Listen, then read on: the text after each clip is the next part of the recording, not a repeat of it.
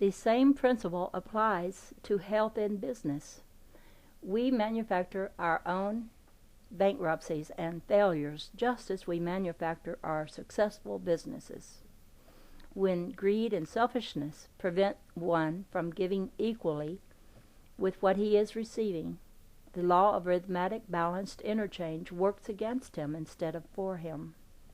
A man's business, like a man's life, is what he makes it by his thinking and his decisions.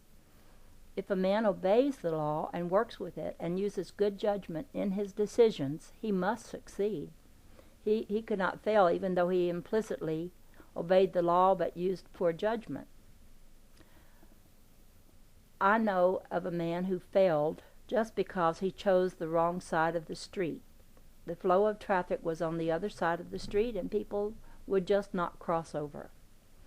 I knew another who nearly failed because he set up his shoe store in a factory town and stocked up with shoes that were too high class. As soon as he changed his stock to balance the demand of his environment, he succeeded conspicuously. The point I wish to make is that we need God's guidance in every decision we make, as well as His power for every action we take.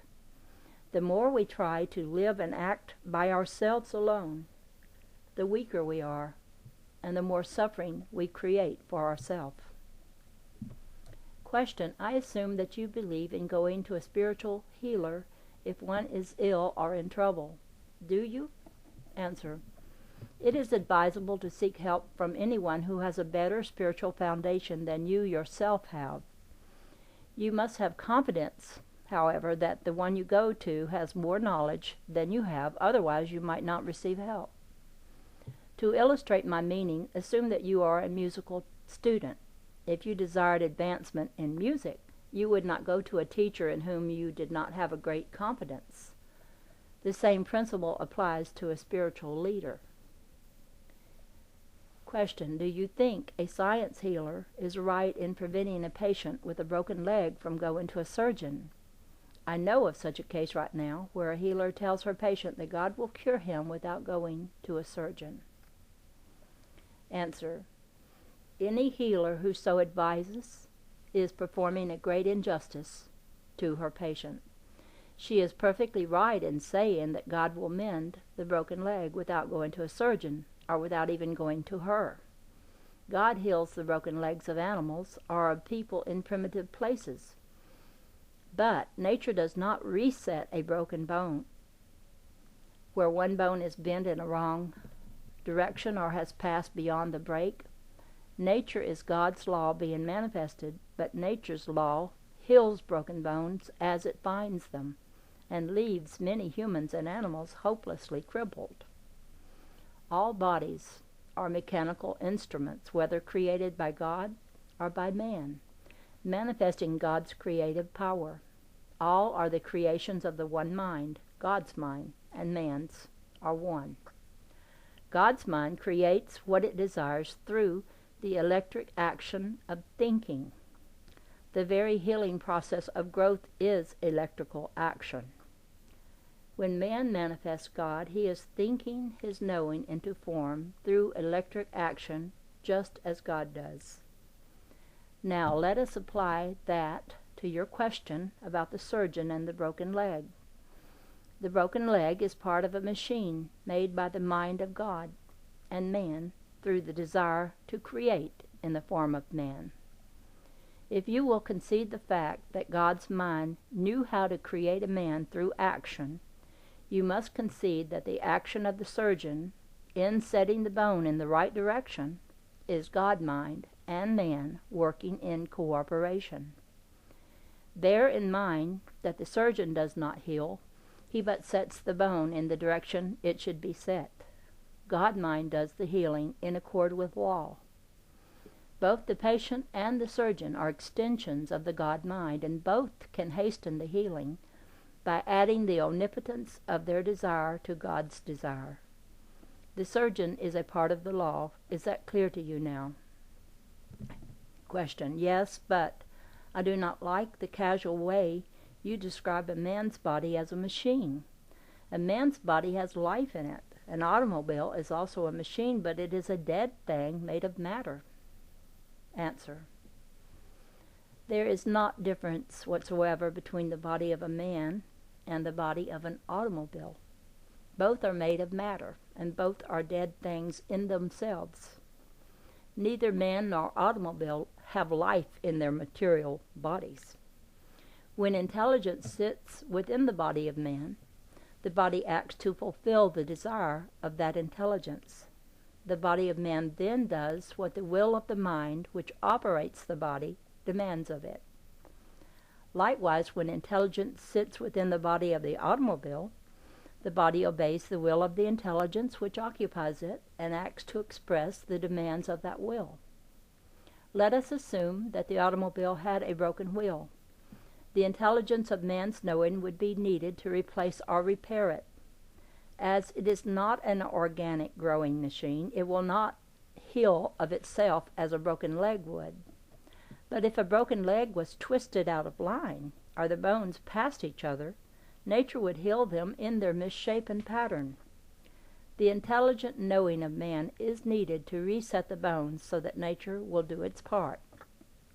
That operation is as much mind cure as the repair of a broken wheel is mind cure. Both bodies are machines operated by mind and controlled by mind. There is no life other than mind in either of them.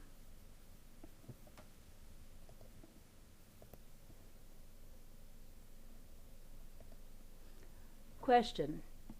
It is now being taught by metaphysicists that the manifested universe of matter is being withdrawn into its unmanifest state. Is that true? Answer. Yes, but it is only half of the truth. It is equally true that the unmanifest is being extended into the manifested state. Question. Will you give us an example in nature which will explain your answer? Answer. Yes. A motionless harp string is the unmanifested state of a musical sound. When you set that string in motion, you then manifest the ideal of that musical tone by giving it a body composed of wave vibrations which we call sound. When that body disappears, the manifest state, which we call sound, disappears into the unmanifest state, which we call silence. Question. You said that we manifest the ideal of a musical tone by giving it a body.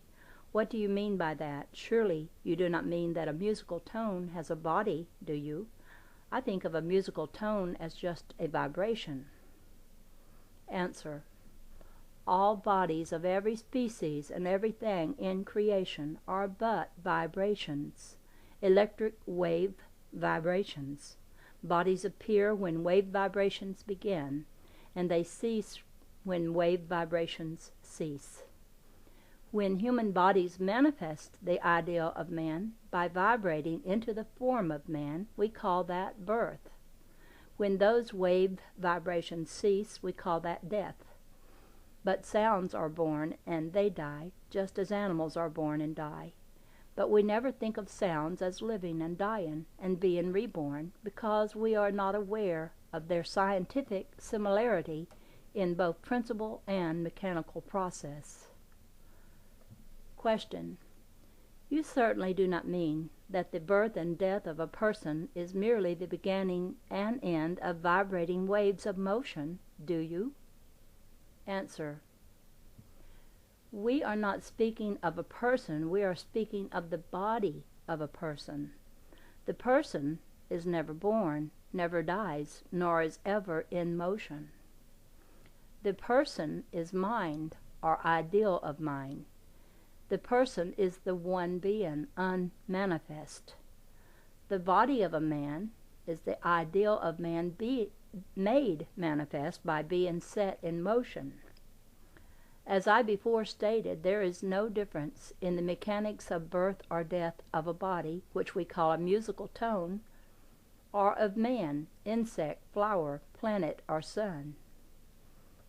Question. Please explain more particularly what you mean by the person never being born and never dying. Have I not been born, and must I not die?